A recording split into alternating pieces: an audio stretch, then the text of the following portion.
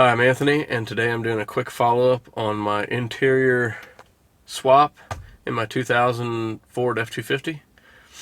And this is going to be a follow-up on the console and how I wired it up. So here's a quick view from the passenger side. This is how it meets up here in the front. Got a little bit of a gap right there. Got a little bit of a gap right there. Nothing touches, nothing needs to be trimmed. I could even put my brake controller in right there.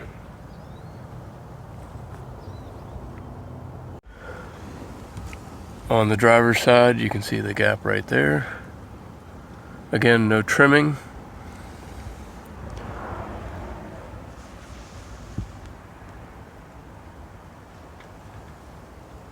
So from the back side here, the way I fastened it is there's a bolt underneath here.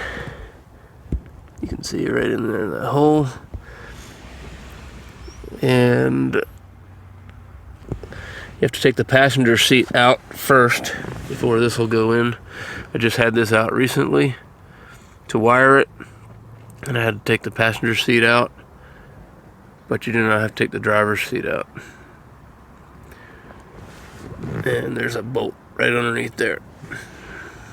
So in the back there is a lighter right there, or a power adapter right there. There is the 110 inverter. I did not hook that up. So far it has been impossible to hook that up. I'll explain it in my wiring diagram. I do not have any of these vents hooked up, so these are non-functioning, at least at the moment. I don't have any plans of doing that anytime in the near future either. So some of the perks of this console is get 2 cup holders back here, and they have these inserts that go in there as well. So this is for like a smaller can. This is a rubberized thing, so it can fit in any of the cup holders. It fits in there nice. And in the front here, you got 4 cup holders. And these here actually come out.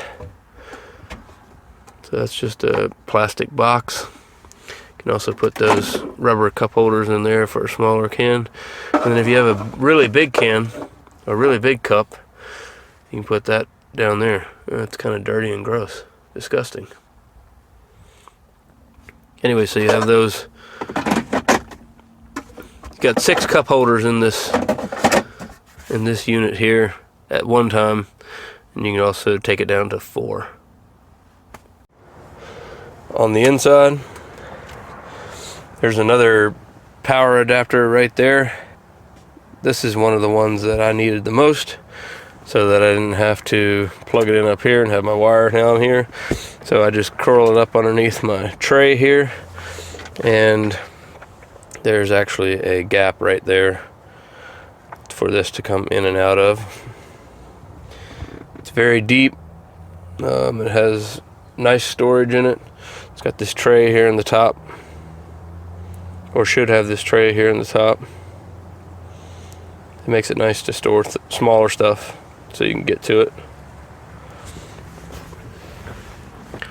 Some stuff here in the back. I got a pen and a air gauge stuck in there.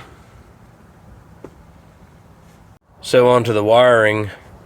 The best way to figure out what wires go to what is to use a multimeter and do a continuity test. I found a diagram online, and I'll give you those colors of which ones go to what. But I took the colors that were recommended, or that they said they were, and I took put it on my ohm meter, and I touched the wire on the bottom, and I stuck it into the power port, and when it beeped, I knew that one was it.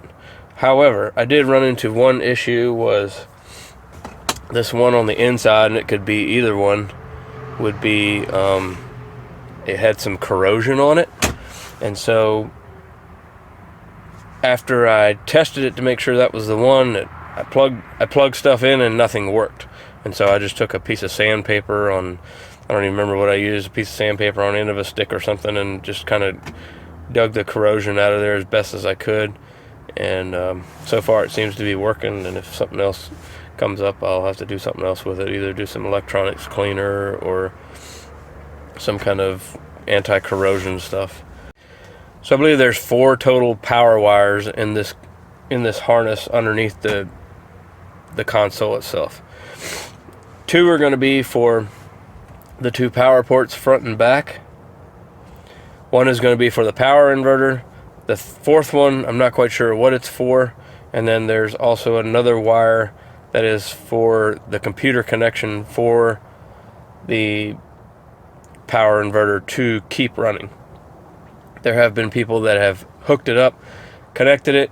It worked for a few minutes until it did not receive a power signal from the computer of the newer trucks, and so it just turns itself off. And it's a really small inverter, so just get yourself an aftermarket inverter and place it underneath the console and connect it there.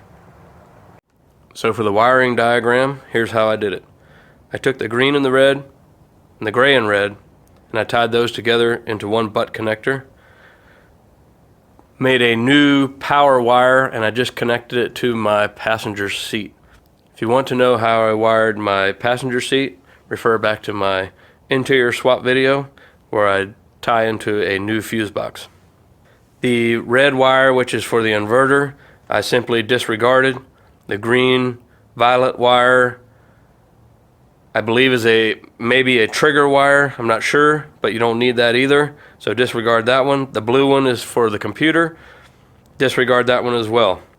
For my ground wire, I just fastened that to the bolt where the console actually mounts to the frame. You will need a pretty big connector for that. I ended up making my own out of a washer, and I just soldered the ground wire to it because I couldn't find anything big enough to go around that bolt. So that's it for today. Hope you like these videos. If you want more of them, click the like button, click the subscribe button. You never know what I'm going to post. Could be construction related, could be truck related. See you next time.